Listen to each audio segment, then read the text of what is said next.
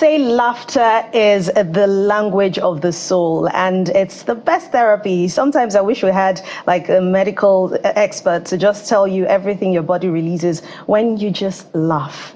So today on the Morning Brief, we have someone who has been doing that for quite a while. He is MideCoker, and he is a comedian, he is a host, he is everything in one. And he's here to explain how he works around that and his journey into the art of comedy. Thank you very much for joining us on the Morning Brief. Wow, yeah. I saw your bio and I'm like, you do almost everything.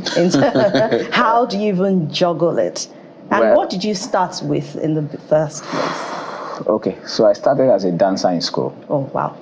Yeah, I used to dance, break dance, do the hip hop thing. But at a point I sat myself down and I went like, this can't go on forever. I'll get to a point where I can't, I won't be able to move my body anymore. So I just decided to, I was watching I Go Die on, what was it called now? This Night of a Thousand Laughs. And then I saw the way he was doing his thing and I was like, I can do this. Then I started from school. I opened the days where departments are celebrating. I'll just go there and offer myself as a living sacrifice. To just crack them up, and then they give me 5 minutes, and from there it started. So how do you feel when you make jokes and people don't laugh?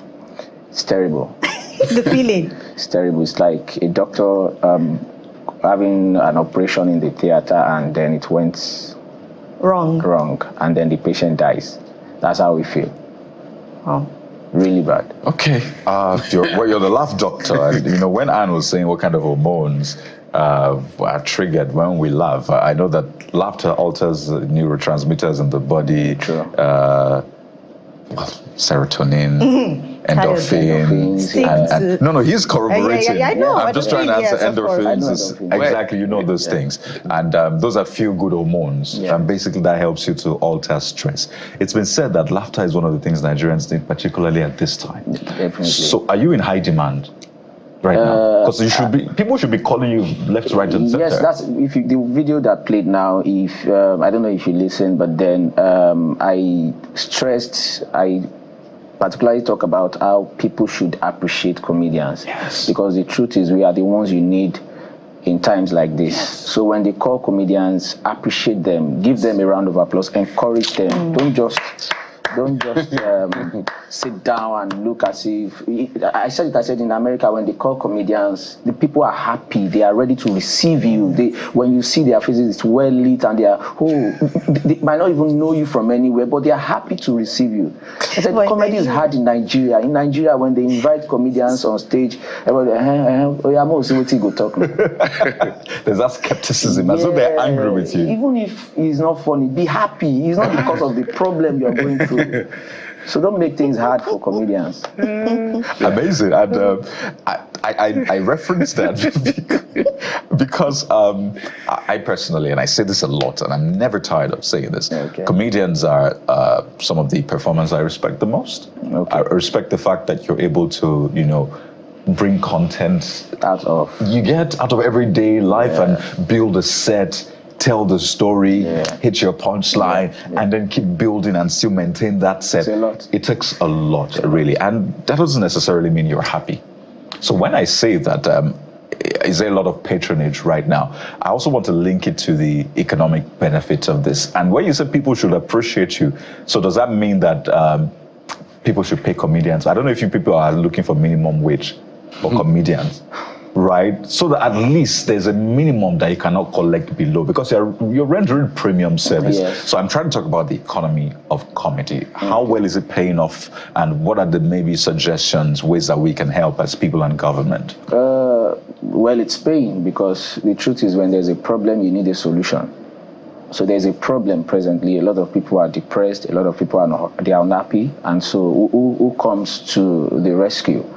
A comedian. We have a lot of shows being organized by comedians. I just had my show a week ago at the Necker House. It was tagged job description. So a lot of people came out, and it was a successful show. Yeah. So we, to some extent, for the minimum wage part, we don't have a minimum wage. We charge you according to your problem. Yes, we charge you according to how old your problem is. So for the government part, I think a lot needs to be done. If they come in the place of sponsorship, partnership, because we do all these things with our funds, especially for people like us that we don't have that blown name yet. Even the senior colleagues, some of them, they had to, organize all these shows with their funds, and it's not funny.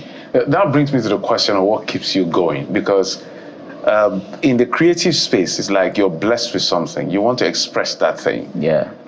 Even though the environment doesn't encourage you, somehow you just find a way to keep going. How do you keep yourself going, even when it's not rewarding? It's the passion. The passion, the joy, the feedback you get from people when you make them laugh. So you asked me the other time, you said when you tell a joke and it bounces back, the comedians feel really bad. But when you tell a joke and people laugh at it, then you feel good inside of you. That's the joy that comes with it. So the fact that you can say something and people laugh at it gives us joy, and it fuels the passion to keep going. So let's map your journey. So high points and low points. So my high point means the joke your sketch or whatever it is that you did at that particular place, and that got people they were literally almost on the floor. And then the low point of, what is he doing? Okay.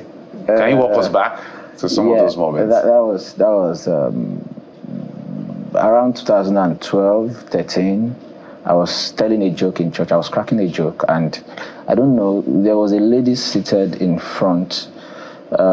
She made eye contact with me. The eye contact was that of, what are you even doing? Do you even know what you're doing? And that kind of took me off track, and I just missed everything I was saying, and I felt really bad. You get, so that was like the lowest I've been. So since then, when I'm talking, no matter how large the audience is, you are all one. I don't care who is seated, especially for stand-up comedy shows. I don't look at your face. I'm less bothered about your reactions. What I want to listen to is the feedback from your laughter. So that was okay. Yeah, go ahead. Yeah. The high point. The high point was when I got to NYSC Camp 2013. I was opportune to be the best comedian in NYSC Camp, batch C. So Mrs. Fashola was around at the time, and they called me to perform, and I performed, and the whole camp, you can imagine the whole of Lagos camp, stood up and they were applauding, they were all laughing. I felt so good. I was like the basket mouth in Lagos camp. So yeah. Yeah, so okay, before my next question, let's take a look at your arts on stage. I mean, this is you here sitting, so let's see what you actually do in that video that we'll be playing shortly before we come to you again. Thank you. Well, the ones where they subtitle well, they got that thing follow for waiting they kill us for this country. You go to watch Nollywood, all those, when I tell those Yoruba actors and actresses, it will be by force to subtitle. As I did like this, they carry paracetamol, waka up and down. They don't give me a headache. Odunlade tell Madam Shaje, mommy me, mo fẹ́ lọ sùn. Subtitler, my mom, I want to go and sleep. In mama, Madam Shaje tell him, oh mommy, go sunre. Subtitler, okay my son, rest in peace. We are tired. Stop giving us nonsense. If I just stop him. No, I mean they talk about Yoruba people there. Well, I liked that we played that part where you were sending a message to Nollywood because of some wrong that they do. We all know about the headache they give sometimes when it comes, but I think it's improved now for some, for some of them. Let them come for me. I'll show them evidence. Let them come. I'm here. But anyways, which brings me to my question about, I have seen that you host several events, especially corporate events, where you have key stakeholders attend these corporate events. In that place, in that space, do you ever think about where, for example, you're coming to Channel CV now, and maybe you're to do a comedy show in Channel CV, and your comedy or your talk will be centered around the challenges in communication, in media space or something. So is your comedy get towards that kind of thing where you know where you're going and you try in your own little way to send a message to stakeholders who are going to be present there, and maybe that will make a difference in terms of whatever implementation they are doing, especially in this country as we see challenges around at the moment? How does your comedy help in that regard, if it does? Okay, so that's where the place of reading about where you're going to, doing your background research, knowing their problems, what they need to work on and all. So we try to we try to center the jokes around whatever is going on in the company at the time. You understand? So when we get there, we try as much as possible to try our best and pass the message in a way that doesn't... Not offensive. Yes, that doesn't offend the company. So we can get a call back. And so that you can get your money too. In my balance. That is not minimum wage money. Of course. Far higher than minimum wage. Definitely. I don't know if you have a bestseller joke. Musicians have their, platinum, gold, and all hit of record. that. The hit record. Do you have something like that you know that anytime, anywhere you drop this joke, it's going to be a hit? Yeah, I cracked that at the event I was last Sunday. The video that played. It's about the situation of the country and how the fuel scarcity and the increment has really affected comedians, especially me. I use a Toyota Corolla. You understand? And anytime I fuel it before the increment, I fuel it 7,000 naira. I can get anywhere in the country. I can travel anywhere. I can put my AC on for hours and chill in the car while I wait for my event to start. But then, since the increment, even when you buy 40,000 naira, I bought 40,000 naira. The fuel gauge refused to leave yellow. It stayed on yellow. Why?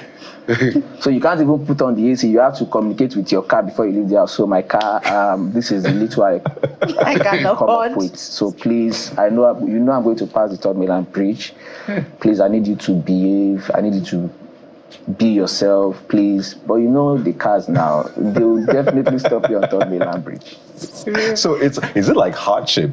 And I know this is a tricky one. Is it like hardship is a perfect, recipe for getting the best jokes? Because it looks like most of our best comedians have a background of hardship. They tell you, in the slums. More like poverty is a rite of passage. I didn't grow up in the slum. Right. So you came from silver spoon. No, it was a spoon. Plastic? No, not plastic, not silver, no gold. It was a spoon. At least. My dad was not poor. Okay. Right. Yes, I'm not one of the comedians that will go, my papa poor. My dad was not poor. We were able to eat morning, afternoon, and night. 111. 111. That was all. You understand? So I don't know, but you shall know poor. I know poor. I know poor. Omo Babalo. I know poor. No, he says he wasn't poor, but he wasn't an Omo Babalo. But it wasn't silver spoon, it was spoon. All right. But the silver... We're working on it. We're working on it. All right, but I hope that you'll be able at least to give your own children the gold and the diamond and the platinum spoon as you work hard. And yes, I'm working hard, but the gold, I will try. But I may nobody put me on that pressure. I will try because my dad tried. Here I am. So I'm trying to. So if you get the gold, fine. If you get the silver, fine. If you get the bronze, Thank God. At least, You get at least you wood must or get spoon. plastic. Can't manage So anyone. at least I can assure you that you get spoon. All right. Yes, but don't put me under pressure. All right. Thank you very much. And we definitely support you. Wish you the very best Thank you in so your much. Thank you so much. comedy and hosting of Thank you. events. Thank you. All right. We're talking to MideCoker, comedian of the Federal Republic, and of course, event host, and a lot more. Thanks a lot for your time. Thank you. This is where we will draw the cuttings on today's edition of the Morning Brief. It's been amazing, fantastic. Make sure you laugh as you go around your business today. I'm Anne Nwawodu. All right, take it easy. Get your fuel if you can. If you can't, maybe limit your movement around the country, around the city where you live. I'm Jeffrey Uzonga. And whatever spoon you were born with, whether you weren't born with a spoon at all, that shouldn't define who you are. I'm Kayode Okikilu. Sunrise Daily is next. Stay with us.